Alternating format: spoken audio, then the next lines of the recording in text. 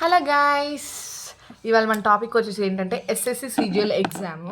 SSC CGL ఎగ్జామ్కి tyre 1 tyre 2 ఉంటుంది అనమాట. టైర్ 1 వచ్చేసి ప్రిలిమ్స్, దాంట్లో ఓన్లీ క్వాలిఫికేషన్ అయితే సరిపోతుంది. టైర్ 2 వచ్చేసి మెయిన్స్లో మాత్రం ఫైనల్ సెలెక్షన్ ఉంటుంది.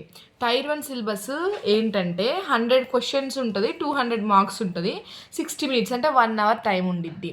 దాంట్లో టైర్ 1లో సిలబస్ రీజనింగ్ వచ్చేసి ఎనాలజీస్, కోడింగ్, డీకోడింగ్, సిరీస్ అంటే number series, letter series, blood relations, directions, puzzles and seating arrangement, Venn diagrams. ఇది వచ్చేసి రీజనింగ్ సిలబస్.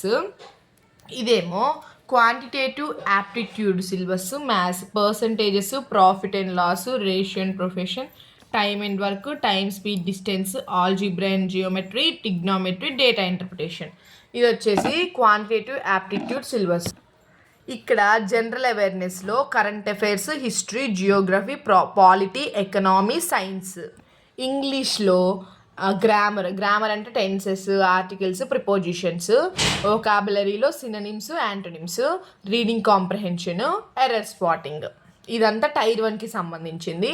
ఇప్పుడు టైర్ 2 సిలబస్ ఏంటంటే అడ్వాన్స్డ్ లెవెల్, అంటే దాంట్లోనే ఇంకా డెప్త్గా అడుగుతారు.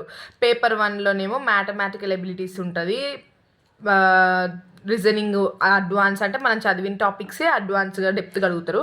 ఇంగ్లీష్ కూడా అంతే, జనరల్ అవేర్నెస్, కంప్యూటర్ నాలెడ్జ్ ఉండాలి, డేటా ఎంట్రీ అంటే స్పీడ్ టెస్ట్ ఉండాలి, స్పీడ్ టైపింగ్ ఉండాలి.